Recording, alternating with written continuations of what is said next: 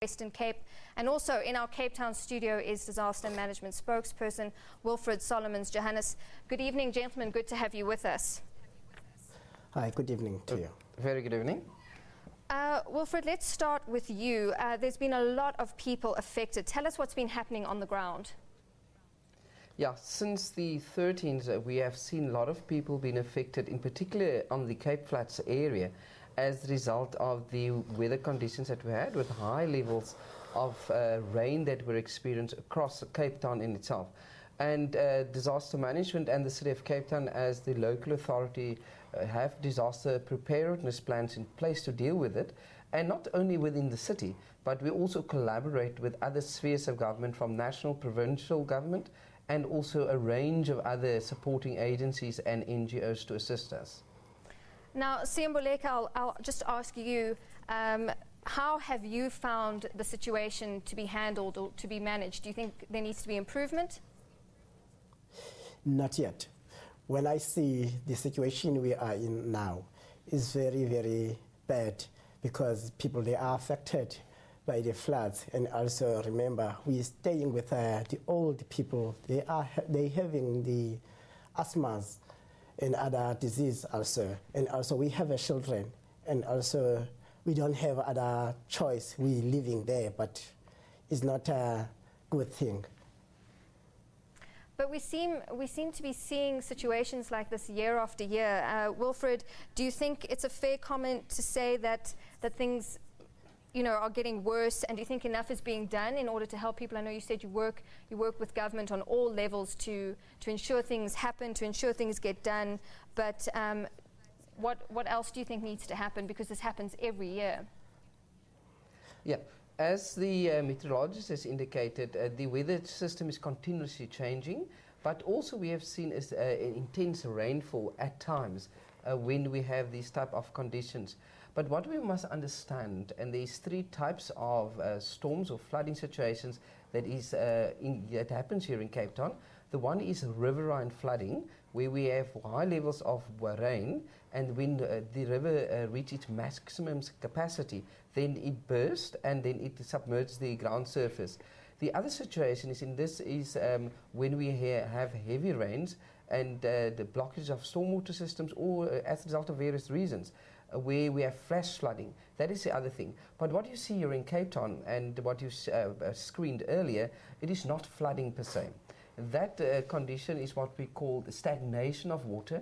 And in Cape Town we have a specific condition, and our topography here is what we've got a very high water table.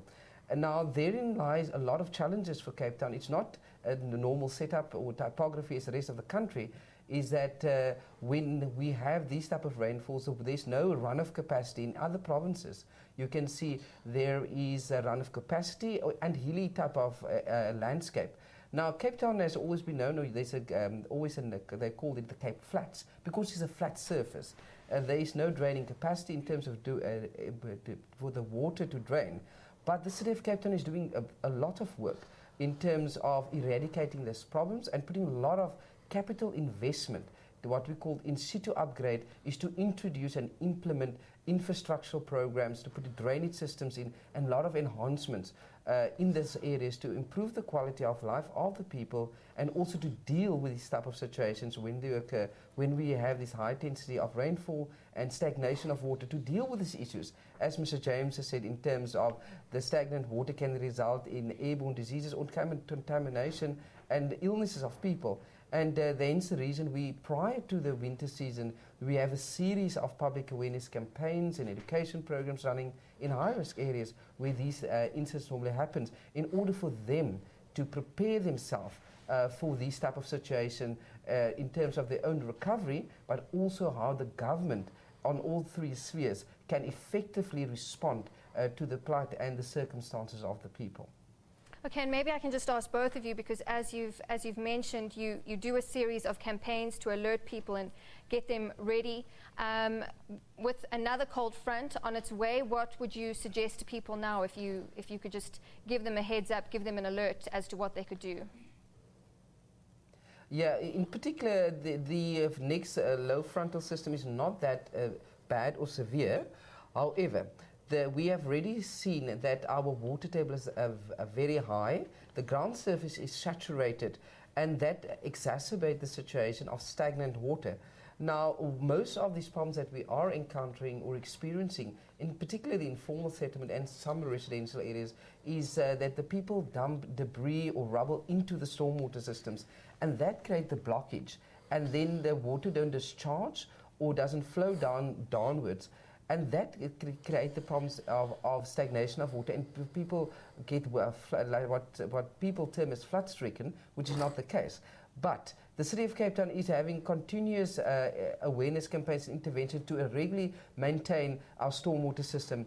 We've got a stormwater system of nearly 8,000 kilometers of pipeline and culvert that is maintained on a day-to-day basis, that the City of Cape Town is maintaining, and around about 1,200 water courses or river systems that must be maintained on a regular basis. And this is part of all the interventions that we are doing in order to be on a state of preparedness and to ensure the effective operation of our or the city infrastructure to ensure that we be able to we are geared and deal with any eventuality and to eradicate these type of problems. Okay, and Siyamboleka, from you on the ground, how would you say people can be more prepared and ready for these type of extreme weather conditions? I think people, they are ready to be in this situation. Why I'm saying that is because of they try to put the shacks on the high level, like putting a sand and build a shack on a higher level. But again, that thing is it didn't help. I think now government is needed to do more drainage, and also they must relocate people to the higher level places. So for now, it's not enough what they did, because there's a lot of people, and also we know those people, they are poor. So it's not easy for every year to build a new shack or to try to put a shack on a higher level. Okay, gentlemen, thank you very much. We'll have to leave it there. Thank you for joining us. That was our two guests in our Cape Town studio, Siyamboleka James, Chairperson of ABM in the Western Cape, and Wilfred Solomons-Johannes of Disaster Management.